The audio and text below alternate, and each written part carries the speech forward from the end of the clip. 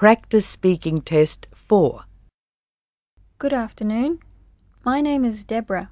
Could you tell me your full name, please? My full name is Pilar María del Carmen Montes de Oca Loaiza. May I check your identification, please? Would you like to see my passport? Thank you. Do you work or are you a student? I'm a student. And what are you studying at the moment? At the moment, I'm studying theater studies. And why did you choose to study theatre studies? Because I arrived here 5 years ago, and my background is in theater. In my home country, in Ecuador, I was studying theater, and I was also working as an actor and as a director. Mm-hmm. And then I had the opportunity to go overseas to England and study theater there. But once I moved to Australia, I thought it was going to be a good idea to get into the profession again and start all over again from the basics. So I thought it would be good to do some drama studies, and that's why I joined it. And I'm learning so much at the moment. I'm very excited about all these amazing teachers I have, and I can understand now how the business works. And the main thing about my theater studies is after that, it's going to lead me to a real theater. I have to see how it works in real life in Australia. And I thought that was going to be important for me. Okay, and what do you hope to do when you've finished your current studies? When I finish, I really would like to work in the area, because I'm also a teacher, so I would like to combine my teaching skills with my theater skills. So I know it's hard to get a job as a theater director or as an actor anywhere in the world, and in Australia as well. So I'm hoping, of course, once I finish, to be able to direct plays and to work on projects, to work for the community and with the community. But I'm also hoping perhaps to get some work as a teacher where I can combine also my skills in theater. And how do you spend your spare time? Oh, I love swimming and I love dancing, so those are the two activities I mainly do when I have the opportunity. But then sometimes when I'm at home, I love reading, and I love to read novels or poetry or theater as well. And when you go out, do you usually go out alone or with others? It depends. Australian life is very busy, so sometimes I have to go on my own. Usually if I go swimming, I go on my own. If I go to the beach, sometimes I go with friends. So it depends, but I don't mind being on my own. And is there a particular time in the week when you prefer to go out? Not really. Mainly in the afternoon. It depends on the season. Sometimes I like in the morning, early morning. I love walking as well. So usually I tend to do that around 6 o'clock in the afternoon. And do you think it is important to do some regular exercise? I think it's vital for everyone. I think it's part of life, and the good thing about Australia is I wish there are less cars, but also because I love walking, it's okay. I can do a lot of exercises, and I think it's so important for everyone. We should do that, really. We all should go out and enjoy ourselves, do a bit of exercises, because the society is becoming bigger as well. You know, the size, people are getting bigger and bigger, so I think it's important to do it. You know, jogging or walking or swimming, it's important. Why? Because if you are not happy with your body, it's very hard to be happy with everything else. I think your body is the base of your life, and mind and body are always connected. And if you don't exercise your body, you don't exercise your mind. And I think once you walk or once you swim, it's a good chance to really think who you are and what you want in life and what things can you do. And Thank you. You're welcome. Now I'd like to ask you to speak for 1 to 2 minutes on a topic. You have 1 minute to think about what you might say. And here is a pencil and paper to make notes. Here is your topic. I'd like you to describe someone you admire very much. The candidate now has 1 minute to make notes and prepare an answer.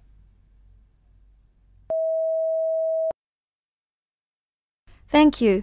Can you start speaking now, please? You have 1 to 2 minutes. I have a person who I really admire, and it's an ex-teacher from university. Her name is Cecilia Vera. She's a wonderful, talented lady. She's around 60. She's married and has 4 kids. But what I really admire of her is because she has the time to raise her family and at the same time to teach kids at school and teach kids at primary school as well. And then she went on and was teaching at university. And I had the privilege to meet her when I was 15, and then when I was 20, I went to uni, and she really encouraged me to write. She opened a lot of windows for me through the literature, and she taught me how to analyze texts, and she made me love literature. I think that's something very hard, because when you are at a school, you don't really want to learn a lot about literature. You just want to play around with your friends. But she was a teacher that really, really kept us captivated by all these stories and all these composers and songwriters and writers in general. And she played us some music, and she read poems for us, and we watched films and we discussed. And I think that was so important to have her as a teacher, because she really made us see the world in a different way. We were studying mainly in a Catholic school, and we couldn't analyze things. But once we had our literature teacher, we were able to expand our whole world.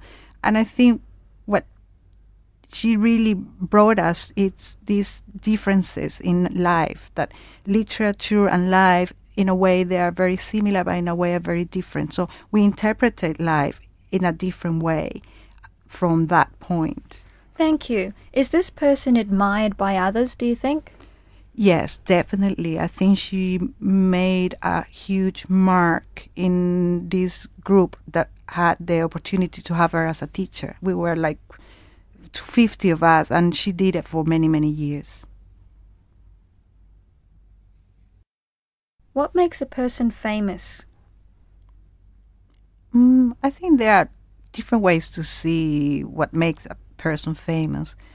One is the machinery behind the publicity and the marketing around a person, but I don't think that's a real honest way to be famous.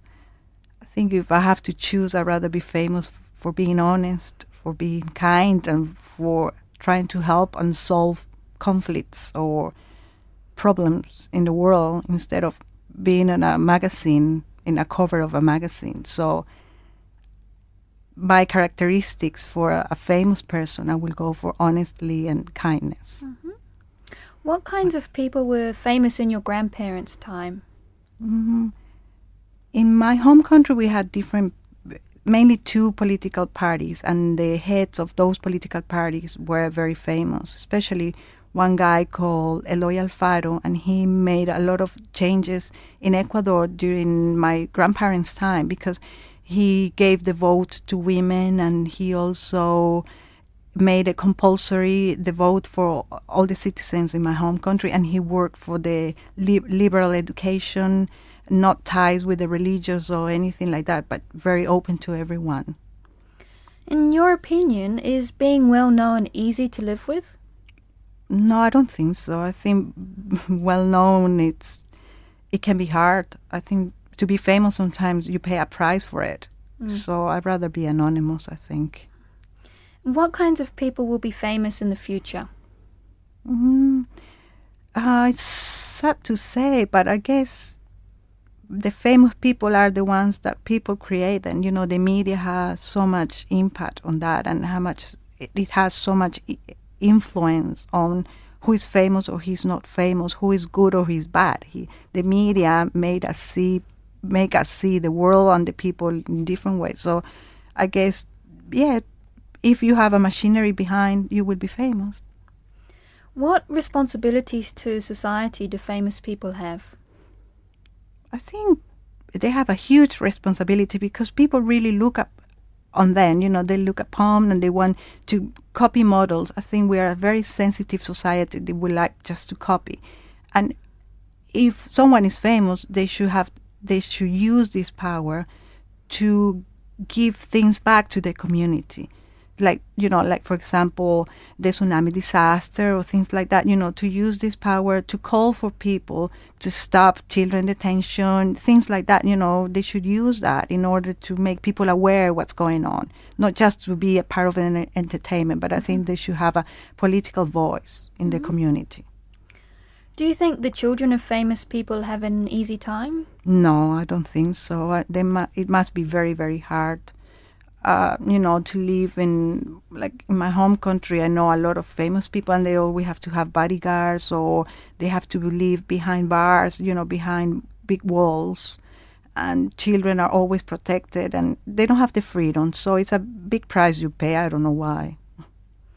Would you like to be famous? No, not really. Would being famous change you? Yeah, I'm sure it will. But I like to be popular, but I don't like to be famous. And I think that's good. I can be popular with my students, with my actors. That's what I like. And I'm happy with that.